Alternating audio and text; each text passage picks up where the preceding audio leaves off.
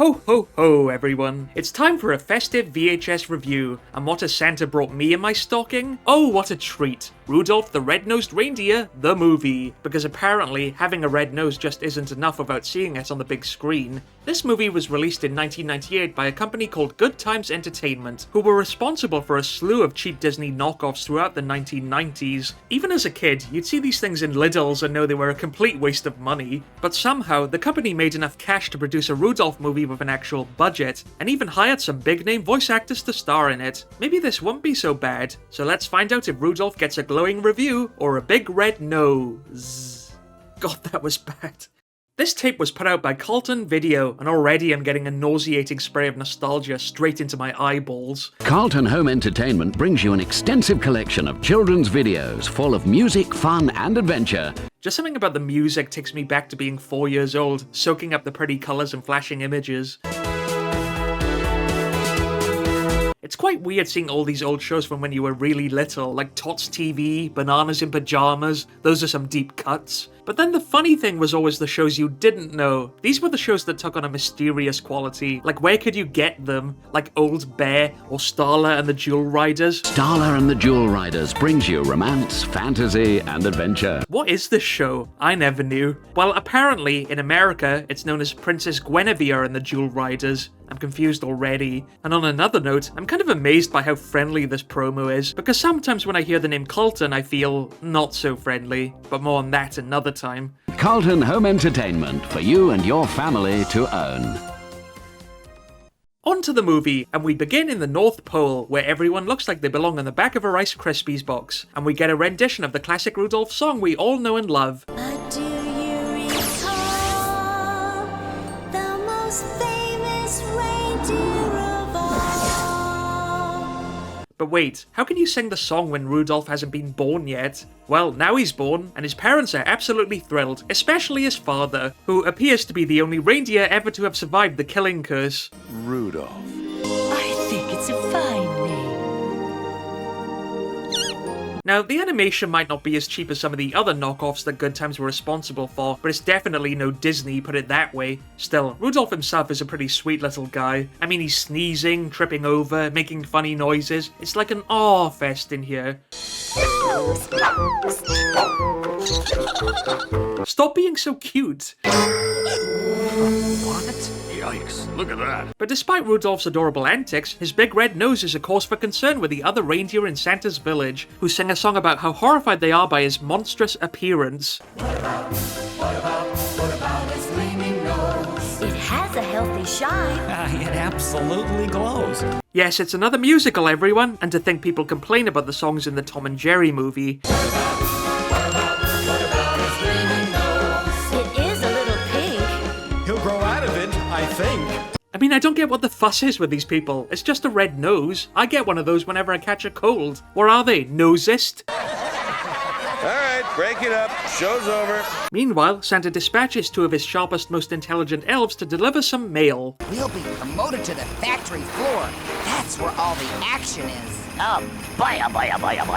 Yeah, they're complete melon heads. These two couldn't deliver a pizza without eating it first. Crossing Stormella's bridge always gives me the creeps. So Tweedledum and Tweedledum crash their sled into a priceless ice sculpture and bring about the wrath of Stormella, the main villain, voiced by Whoopi Goldberg. Which one of you warm-blooded pipsqueaks wrecked my ice skull? On the bad guy scale, this girl is probably, I don't know, a 2. Honestly, it feels like she should be hanging out with Mr. Freeze from Batman and Robin. Someone's in deep ice. Cool party. It's that kind of cheesy. And she has this weird penguin henchman who looks like he just walked out from Pebble and the Penguin or something. Naughty. For destroying her sculpture, Stormella plans to take Tweedledum and Tweedledum back to her palace and freeze them forever. We're too young to die. I have no problems with this punishment whatsoever. I'm taking these culprits home to Ice Castle. You're not taking them anywhere. But Santa, played by John Goodman for some reason, refuses, and Stormella closes off her bridge to the village, leaving everyone trapped. Or does it? I mean, it doesn't really have any effect on the village. People could still leave. It's not like everyone starts running out of food or anything. It's kind of pointless. My ice bridge is closed, and if anyone from your village dares to cross it, I'll bury the North Pole in my biggest storm yet. So we skip ahead 1 year, and Rudolph is now in school, being taught by a teacher who apparently got a great deal at Specsavers. Ever the ladies' man, Rudolph has a crush on a doe named Zoe, who feels sorry for him, but the other kids are still mercilessly cruel about his big red nose. Ruddy the red-nosed reject ain't ever gonna be a flyer! They even make him cry. I mean, look at this poor kid. How can you not feel sorry for him? Come back here this instant! How dare you run away from being bullied? Poor Rudolph. Rudolph runs away, and wow, is he depressed. I hate being different. Why can't I have a normal nose like everybody else? But everyone laughs at me. They call me names and stuff. Can we get this kid some therapy for Christmas? But Rudolph bumps into Santa, who tells him that his big red nose is nothing to be ashamed of. We're all different on the outside, son. What really counts is what's inside our hearts. At least someone has a sense of decency in this place. That Christmas Eve, Santa is getting ready to deliver presents all over the world, and the village sends him off with a big Paul McCartney song. Simply having a wonderful Christmas time. Because all I want for Christmas is a copyright strike.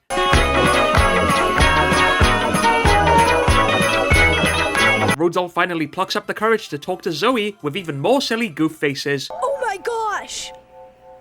Stop being cute! You mean you don't mind being seen with me? You think I care what the other reindeer think? Rudolph and Zoe end up under the mistletoe because if there's one thing Santa always offers on Christmas, it's free shipping. You're supposed to kiss me. But when the school bully Arrow arrives to pick a fight, things quickly turn into a reindeer love triangle. There's no reason to be jealous. Jealous of Ruddy the red-nosed reject? Don't make me laugh. Such a complex romance almost deserves its own AMV. I'm all out of love. I'm so lost without you.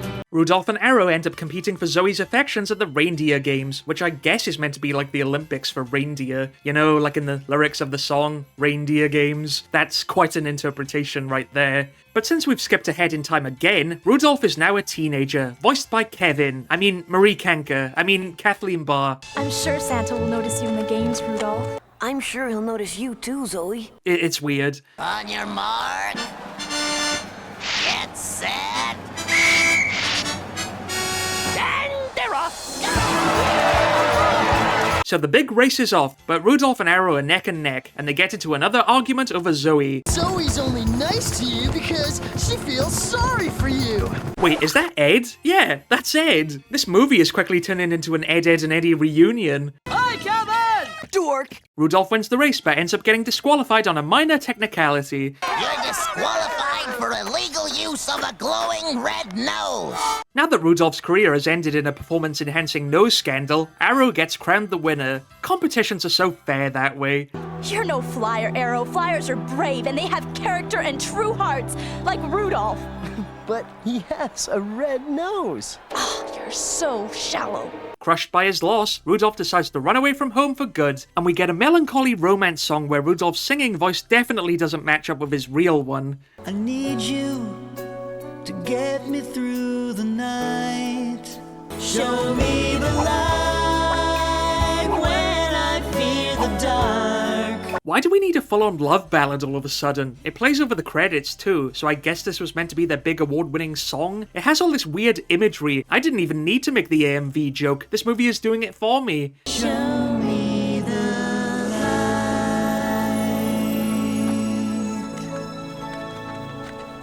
After that strange detour, Rudolph seeks shelter in a cave, only to intrude on the home of a fox called Slyly, played by Eric Idle. Yes, that Eric Idle, who, for some reason, is putting on a thick American accent here. Don't ask me why. I can read just like a book, kid.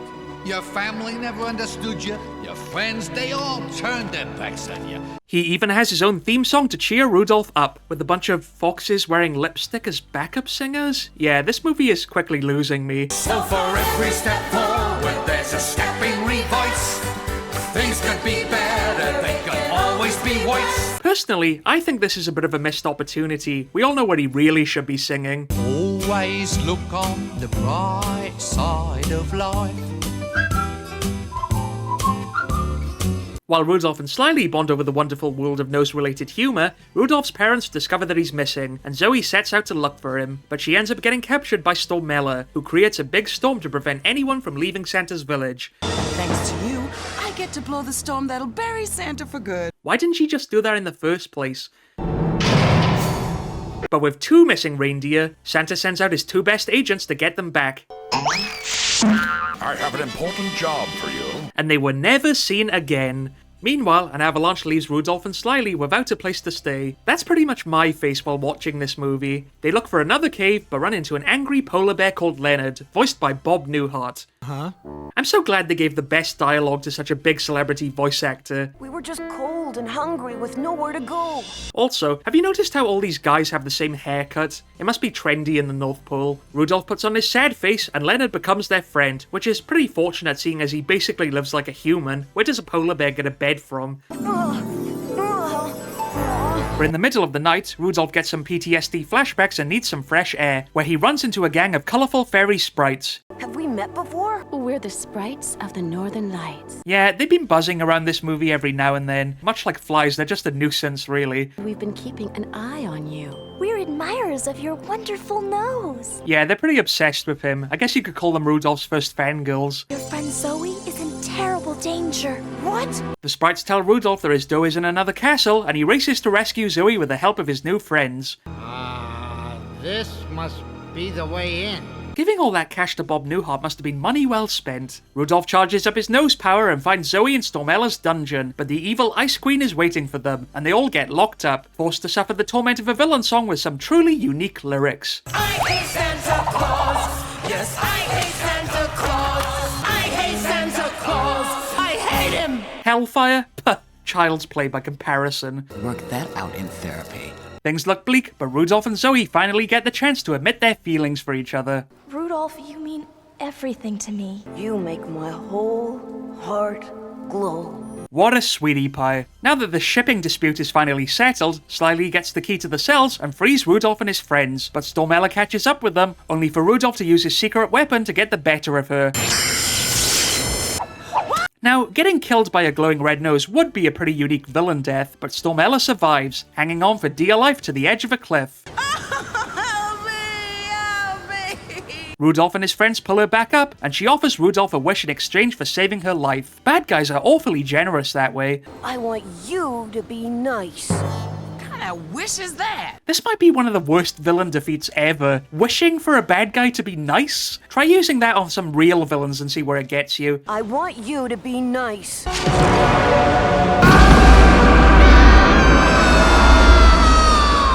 So Stormella is now the nicest bad guy who ever lived, and Rudolph and his friends get rescued by Tweedledum and Tweedledope. I'm just going to assume this was a complete coincidence and they were actually looking for a drive-thru or something. I'm sorry if I worried you. Rudolph makes it back home and reunites with his parents, but with the storm still raging, there's only one person who Santa can think of to help. Rudolph, with your nose so bright, won't you guide my sleigh tonight? With honor! Of course it's Rudolph, and with the glow of his big red nose, he helps Santa and his reindeer to deliver presents all over the world on Christmas Eve. We made it! Now the whole village loves Rudolph, and we end on the classic song, which turned out to be an epic origin story this entire time. Rudolph the red-nosed reindeer had a very shiny nose, and if you ever saw it, you would even say it glows. Who would have thought? You'll go down in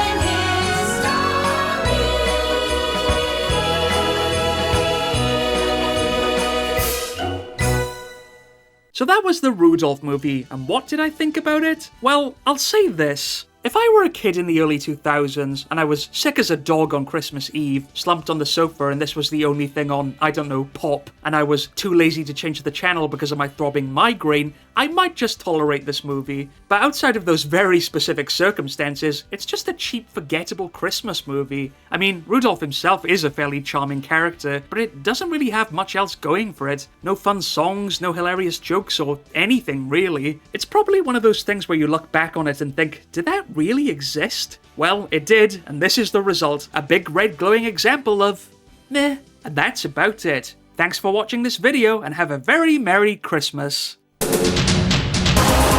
Thanks for watching. Don't forget to like and subscribe, support me on Patreon for early access to new episodes, and don't forget you can buy a ton of these tapes from the official Back to the Past eBay store. See you next time.